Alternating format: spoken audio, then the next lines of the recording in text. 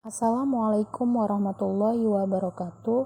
Kami dari kelompok 1 akan meringkas jurnal yang berjudul Kelimpahan Mikroplastik pada Perairan Banyu Urip, Gresik, Jawa Timur.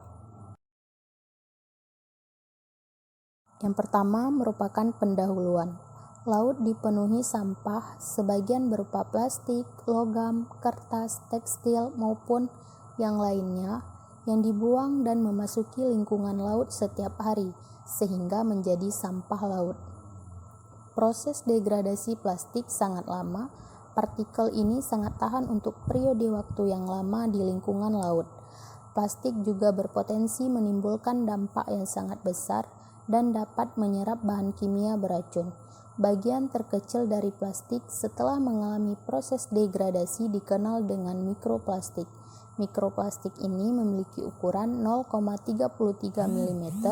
Mikroplastik tidak dapat mudah dihilangkan dari lingkungan laut dan plastik merupakan bahan persisten. Salah satu wilayah yang berpotensi tercemar oleh mikroplastik adalah Desa Banyu Urip.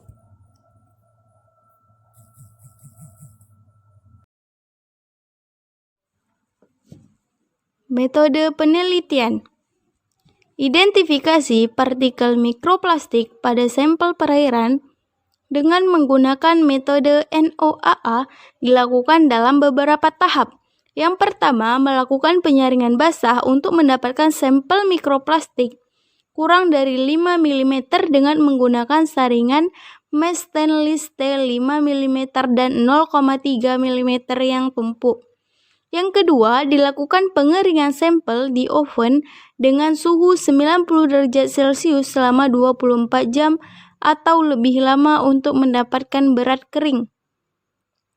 Yang ketiga, diberi beberapa perlakuan dengan beberapa larutan seperti menambahkan larutan 0,05 ml Fe untuk memisahkan sampel mikroplastik dengan logam. Setelah itu diberi 20 ml H2O2 untuk melarutkan zat organik. Kemudian ditambahkan 6 gram NaCl per 20 ml sampel untuk meningkatkan densitas. Setelah itu dilakukan pemisahan zat organik dan mikroplastik dengan menggunakan density separator. Dan yang terakhir, dilakukan identifikasi dengan menggunakan mikroskop. Kelimpahan mikroplastik dapat dihitung dengan membandingkan jumlah partikel yang ditemukan dengan volume air yang tersering. Hasil penelitian, mikroplastik akan berada lebih lama di kolom perairan karena dipengaruhi oleh densitasnya.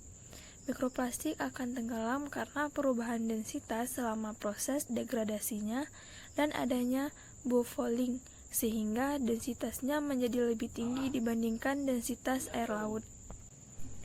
Hasil analisis mikroplastik pada perairan Membuyu ditemukan 3 jenis mikroplastik, yaitu fragmen, fiber, dan film. Fragmen merupakan pecahan dari plastik yang berukuran lebih besar. Fiber berbentuk tipis panjang seperti serai sintesis. Bentuk partikel film juga dari pecahan plastik yang sangat tipis. Dan jika mikroplastik ditemukan, tidak dapat diidentifikasi sebagai fiber, film, dan pellet ataupun styrofoam, maka dapat diidentifikasi sebagai fragmen. Selain fragmen, mikroplastik jenis fiber dan film juga ditemukan pada daerah yang ditentukan. Sumber mikroplastik berarti fiber juga berasal dari kain sintesis, limbah kapal nelayan, dan alat tangkap nelayan seperti jaring ikan dan tali pancing. Sumber-sumber mikroplastik merupakan hasil fragmentasi dari plastik lebih besar yang terbawa oleh arus sungai, runoff, pasang surut, dan angin, dan dapat terbawa dari sumber-sumber laut yang meliputi alat tangkap, peralatan budidaya, dan serat baju yang berasal dari air buangan limbah rumah tangga.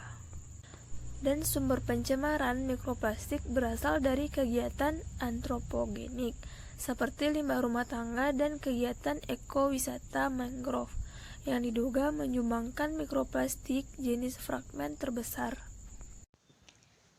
Secara keseluruhan, rata-rata kelimpahan mikroplastik pada perairan sebesar 57.000,11 kali 10⁻² partikel per meter. Jenis mikroplastik yang ditemukan baik itu pada perairan sama yaitu fragmen, fiber, dan film. Kelimpahan mikroplastik jenis fragmen paling tinggi ditemukan pada semua lokasi. Hal ini dikarenakan sumber pencemaran mikroplastik jenis fragmen lebih besar, yaitu berasal dari limbah rumah tangga dan kegiatan antropogenik. Kelimpahan jenis mikroplastik pada perairan tertinggi ditemukan pada lokasi mangrove karena sampah lebih mudah terperangkap pada akar-akar mangrove sehingga akan terakumulasi lebih banyak. Selain itu, distribusi mikroplastik juga sangat dipengaruhi oleh kondisi hidrodinamikanya.